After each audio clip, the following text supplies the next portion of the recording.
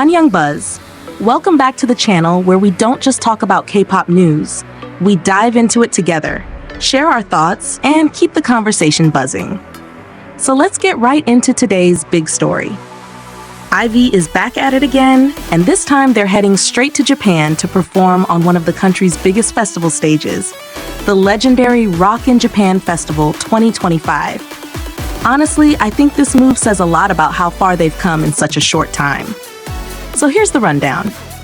Starship Entertainment announced that IVE left for Japan to perform at the Rock in Japan Festival, which is being held at Soga Sports Park in Chiba City. And if you don't know, this isn't just a regular festival, it's one of Japan's biggest and most prestigious.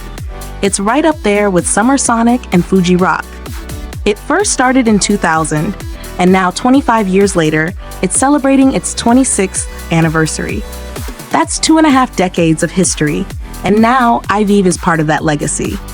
They'll be hitting the Lotus Stage on the third day of the festival, and what's cool about this stage is that it's known for being up close and personal with the audience.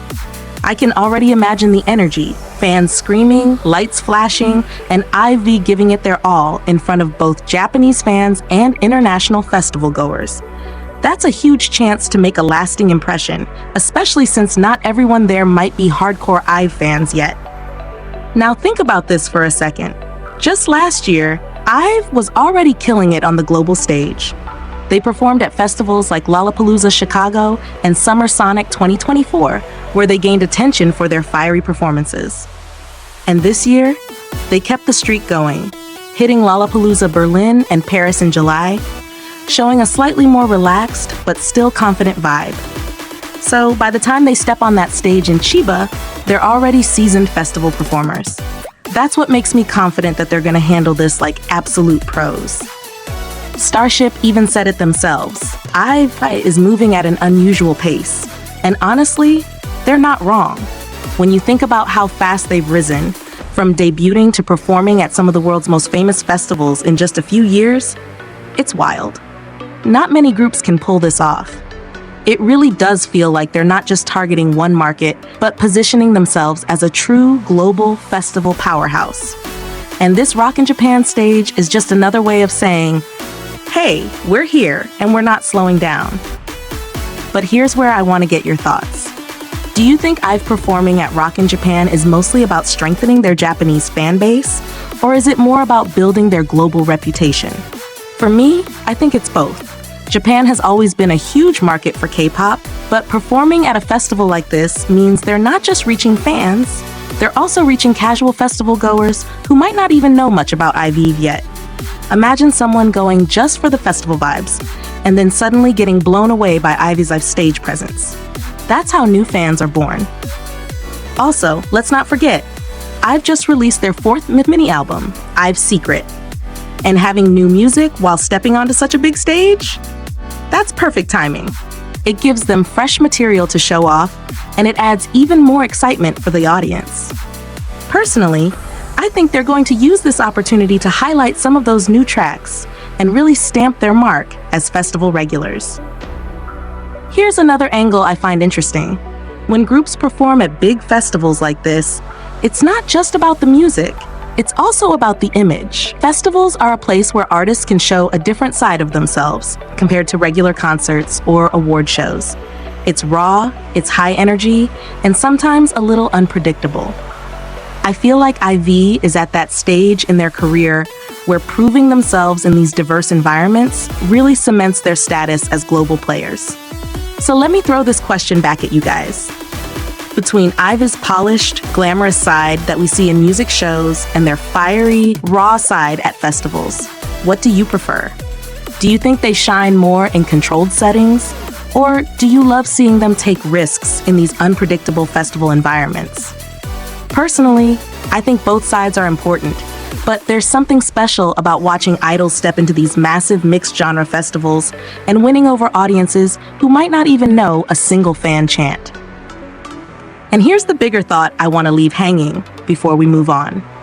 Could IVE actually be paving the way for more fourth-gen groups to break into these major global festivals? Because let's face it, BTS did it, Blackpink did it, but they were already considered the giants. IVE doing it this early in their career might show that it's possible for newer groups too. So yeah, that's the buzz about IVE heading to Rock in Japan Festival 2025. A massive opportunity, a massive stage, and honestly, a move that just proves they're not stopping anytime soon.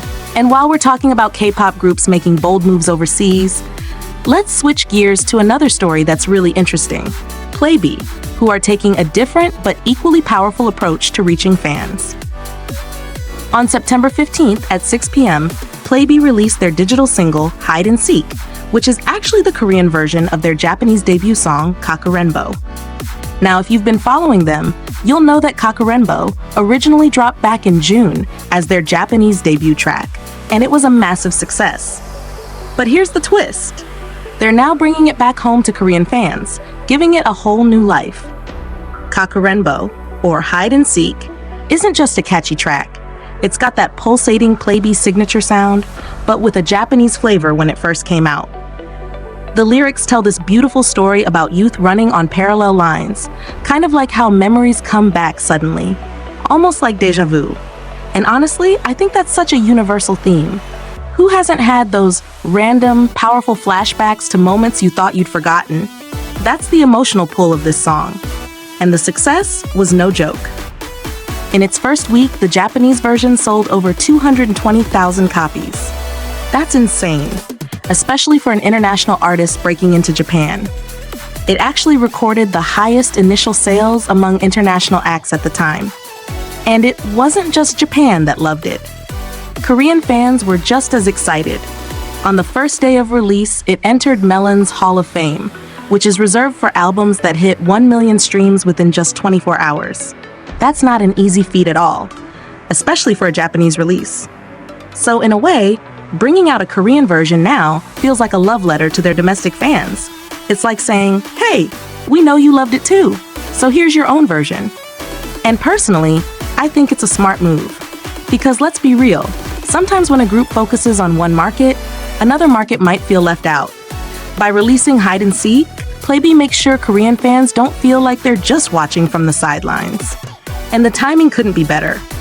Playbe is about to launch their first Asian tour called Dash Quantum Leap.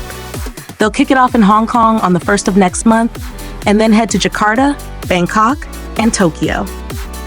Can you imagine how hyped fans in each city must be right now? Performing both their Japanese and Korean hits on tour is going to give fans the best of both worlds. Now, let's talk personal opinion. For me, I think this strategy really highlights Playbe's versatility. Some groups treat Japanese and Korean releases almost like two separate careers. But by re-releasing Kakurenbo as Hide and Seek, they're bridging those worlds together. It shows that music isn't about borders, it's about connection. And I honestly think that's the future of K-pop, where language versions aren't just translations, they're different emotional experiences. But I want to throw this to you guys. Do you prefer when groups release separate songs for different markets, or do you like it when they create multiple versions of the same track? Personally, I love both. A new song feels fresh, but hearing a familiar song in another language sometimes makes you experience it in a completely different way. Like, it hits differently. What do you think? And let's not forget, this tour is also going to test their stamina and stage presence in a whole new way. Multiple countries, different crowds, different expectations. I think if they pull this off well, Playbe could really solidify their reputation, not just as a rising group, but as a group ready for global dominance. So between IVE making history at Rock in Japan and Playbe creating bridges between their Japanese and Korean releases, it feels like we're seeing this new wave of K-pop groups who aren't waiting around for opportunities. They're going out there and making them. It's bold, it's fast-paced, and honestly, it's so exciting to watch. And that wraps up today's AnnyeongBuzz. But you know how this goes. I don't want this to just be my opinion. I want to hear from you. Are you hyped about IVE taking the stage at Rock in Japan Festival?